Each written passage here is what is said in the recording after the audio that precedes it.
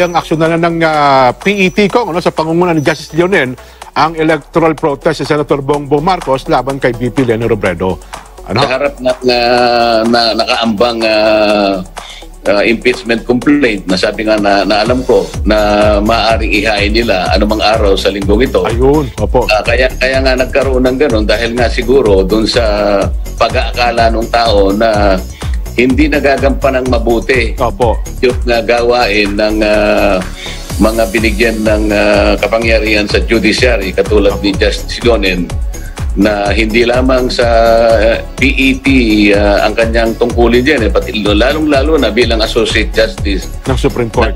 Suprema na kung saan ay sinasabi na dapat ay bigyan ng pagpapahalaga tungkulin na ginagampanan kasi binabanggit nga nila doon sa kanilang pagsasalita dyan na ang public office is a public trust. Tama po kayo. Opo. So napakabigat nung pananagutan na kasaad doon na public officials and employees, sabi niya ganon, must at all times Ayan.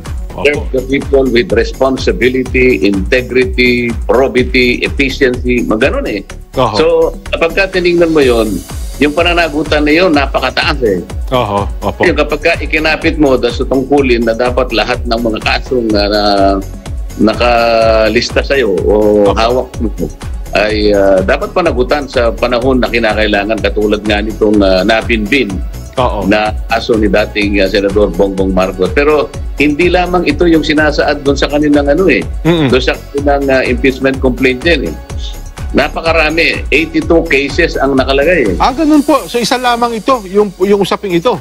Ang totoo niyan, hindi man masyadong binanggit yung kay Senador Bongbong dyan sa nakaambang na impeachment complaint Ang binigyan ng diin dyan ay si Justice Leonen di umano ang number 1 sa pinakamataas ang nakabinbin na kaso. Ibig sabihin, hindi nare-resolve.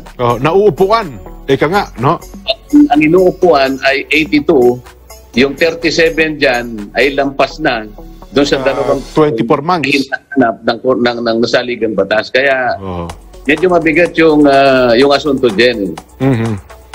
At the end of the day, sabi nga nila dyan, ang pinakapunto ng usapin na to, gaano ba talaga at ang mga parametrong kailangan para yung katangiang hinahanap sa miyembro ng judiciary ay lumitaw yung kakayahan, di ba? Na mag-resolve ng mga kaso na nandun sa kanilang mga opisina na i-resolve sa lalong madaling panahon ayon sa hinihingi ng saligang batas sa kanila. Yun na nga. Ayun din naman sa hinihingi ng katarungan. Kasi dyan, ang isang litigan, maaaring nakasalalay dyan yung kanyang tinatangkilik, yung mga properties. Maaaring nakasalalay dyan ang buhay niya. Maaaring nakasalalay dyan yung kanyang kalayaan, lalo na kung yan ay nakapiit halimbawa.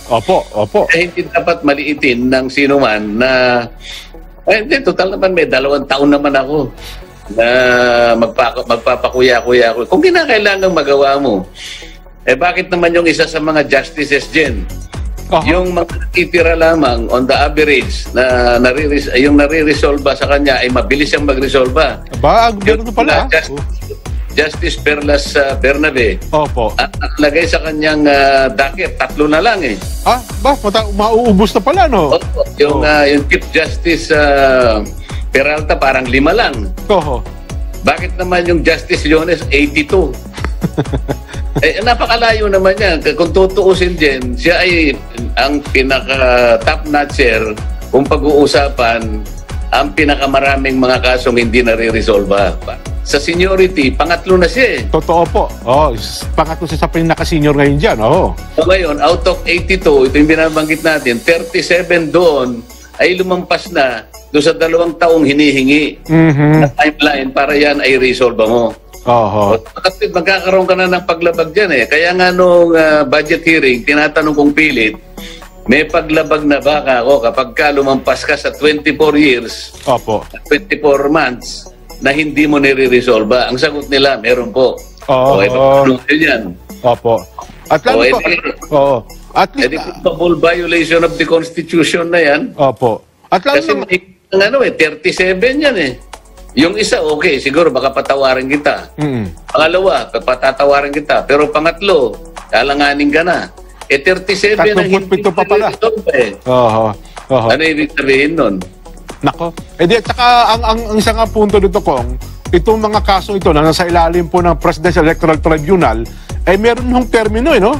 6 na taon lang sila eh. Kaya kapag ka naupuan mo ng 5, nako, wala nang mapapakinabang kung aaksyonan pa kung 1 taon na lamang nalalabi o baka nga hindi na talaga maaksyonan, di ba? Kaya nga eh, ito yung pinag-uusapan natin. Lalong-lalo na kung ang pinag-uusapan ay opisina na kung saan ang taong bayan ang nagluklok sa tao.